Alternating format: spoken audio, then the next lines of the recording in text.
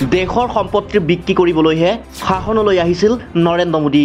কচায়ে মাংস কাটি বিক্ৰী কৰাৰ দৰে টুকুৰা টুকুৰকৈ দেশৰ সম্পদ বিক্ৰী কৰিছে নৰেন্দ্ৰ মোদীয়ে।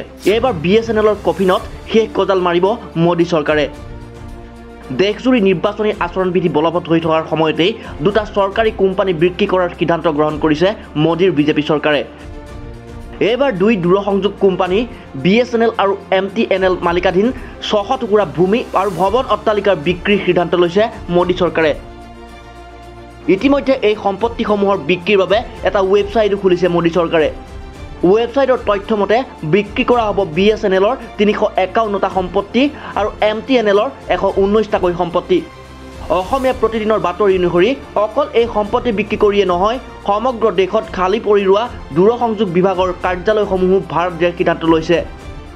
যিসমূহ সম্পত্তি ভাড়া দিয়া হ'ব তাৰ বিস্তৃত তালিকা প্ৰস্তুত কৰিবলৈও বিভাগীয় বিষয়াসকলক নিৰ্দেশ দিয়া হৈছে। দূৰসংযোগ বিভাগৰ সম্পত্তি বিক্ৰী কৰি কমেও 20,000 কোটি টকা সংগ্ৰহৰ লক্ষ্য বান্ধি লৈছে নৰেন্দ্ৰ মোদী চৰকাৰে।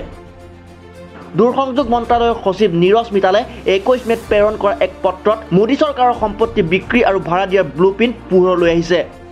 নীৰজ মিতালৰ পত্ৰখন প্ৰেৰণ কৰা হৈছে সকলো কেন্দ্ৰীয় চৰকাৰৰ বিভাগ আৰু ৰাজ্যখনৰ মুখ্য সচিবলৈ। কেন্দ্ৰীয় চৰকাৰৰ বিভাগ, কেন্দ্ৰীয় চৰকাৰৰ অধীনত সংস্থা বা ৰাজহুৱা খণ্ডৰ প্ৰতিষ্ঠান, ৰাজ্য চৰকাৰক এই প্ৰত্যক্ষ বিক্ৰী প্ৰক্ৰিয়াত অংশগ্ৰহণ কৰিবলৈ আহ্বান জনোৱা হৈছে। পত্ৰখনত এই কথাও উল্লেখ কৰা হৈছে যে দুয়োটা ৰাষ্ট্ৰীয়কৃত দূৰসংযোগ প্ৰতিষ্ঠান পুনৰুজ্জীৱিত কৰাৰ বাবে 2019 চনত কেন্দ্ৰীয় কেবিনেটে গ্ৰহণ কৰা সিদ্ধান্তৰ কথা। দূৰসংযোগ বিভাগৰ সচিব মিতালে ঘোষণা কৰা অনুসৰি বিক্ৰীৰ বাবে সাজু কৰা সম্পত্তিসমূহৰ ভিতৰত আছে MTNLৰ মুম্বাইৰ CR মাৰ্গত অৱস্থিত কেন্দ্ৰীয় প্ৰশাসনিক ভৱন, দিল্লীৰ কনাট প্লেচত থকা BSNLৰ কাৰ্যালয়, মুম্বাই চাল্টাক্ৰুজত থকা BSNLৰ ভৱন, চেন্নাইৰ আন্না চালাইত থকা দিনৰছ টেলিফোন এক্সচেঞ্জ বিল্ডিং তাৰ ভিতৰত অন্যতম।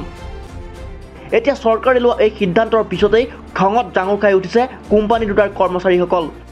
প্ৰশ্ন উত্থাপন হৈছে যে নিৰ্বাচনী আচৰণবিধি বলবৎ হৈ থকাৰ সময়তেই ৰাষ্ট্ৰীয়কৃত কোম্পানীৰ সম্পত্তি বিক্ৰী কৰিবলৈ কোনে অধিকাৰ দিলে মোদী চৰকাৰক? কংগ্ৰেছে 70 বছৰে কি কৰিলে বুলি প্ৰশ্ন কৰা বিজেপিয়ে এতিয়া কংগ্ৰেছে দি যোৱা সম্পত্তি বিক্ৰী কৰাকেই নিজৰ কৰ্ম বুলি ভাবিছে নেকি, সেই প্ৰশ্নও এতিয়া উত্থাপন হৈছে। News desk report, the opinion. দেশৰ সম্পত্তি বিক্ৰী কৰিবলৈহে শাসনলৈ আহিছিল নৰেন্দ্ৰ মোদী। কচায়ে মাংস কাটি বিক্ৰী কৰাৰ দৰে টুকুৰা টুকুৰকৈ দেশৰ সম্পদ বিক্ৰী কৰিছে নৰেন্দ্ৰ মোদীয়ে। এইবাৰ BSNLৰ কফিনত শেষ গজাল মাৰিব মোদী চৰকাৰে। দেশজুৰি নিৰ্বাচনী আচৰণবিধি বলবৎ হৈ থকাৰ সময়তেই দুটা চৰকাৰী কোম্পানী বিক্ৰী কৰাৰ সিদ্ধান্ত গ্ৰহণ কৰিছে মোদীৰ বিজেপি চৰকাৰে।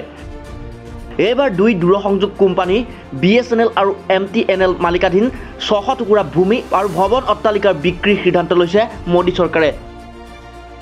ইতিমধ্যে এই সম্পত্তিসমূহৰ বিক্ৰীৰ বাবে এটা ৱেবছাইটো খুলিছে মোদী চৰকাৰে। ৱেবছাইটৰ তথ্য মতে বিক্ৰী কৰা হ'ব BSNLৰ 351টা সম্পত্তি আৰু MTNLৰ 119টাকৈ সম্পত্তি। অসমীয়া প্ৰতিদিনৰ বাতৰি অনুসৰি অকল এই সম্পত্তি বিক্ৰী কৰিয়ে নহয়, সমগ্ৰ দেশত খালী পৰি ৰোৱা দূৰসংযোগ বিভাগৰ কাৰ্যালয়সমূহো ভাড়া দিয়াৰ সিদ্ধান্ত লৈছে। যিসমূহ সম্পত্তি ভাড়া দিয়া হ'ব তাৰ বিস্তৃত তালিকা প্ৰস্তুত কৰিবলৈও বিভাগীয় বিষয়াসকলক নিৰ্দেশ দিয়া হৈছে। দূৰসংযোগ বিভাগৰ সম্পত্তি বিক্ৰী কৰি কমেও 20,000 কোটি টকা সংগ্ৰহৰ লক্ষ্য বান্ধি লৈছে নৰেন্দ্ৰ মোদী চৰকাৰে। দূৰসংযোগ মন্ত্ৰালয়ৰ সচিব নীৰজ মিতালে 21 মেত প্ৰেৰণ কৰা এক পত্ৰত মোদী চৰকাৰৰ সম্পত্তি বিক্ৰী আৰু ভাড়া দিয়াৰ ব্লুপ্ৰিণ্ট পোহৰলৈ আহিছে।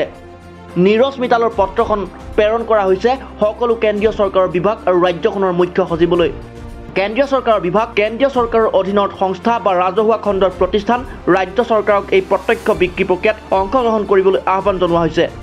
পত্ৰখনত এই কথাও উল্লেখ কৰা হৈছে যে দুয়োটা ৰাষ্ট্ৰীয়কৃত দূৰসংযোগ প্ৰতিষ্ঠান পুনৰুজ্জীৱিত কৰাৰ বাবে 2019 চনত কেন্দ্ৰীয় কেবিনেটে গ্ৰহণ কৰা সিদ্ধান্তৰ কথা।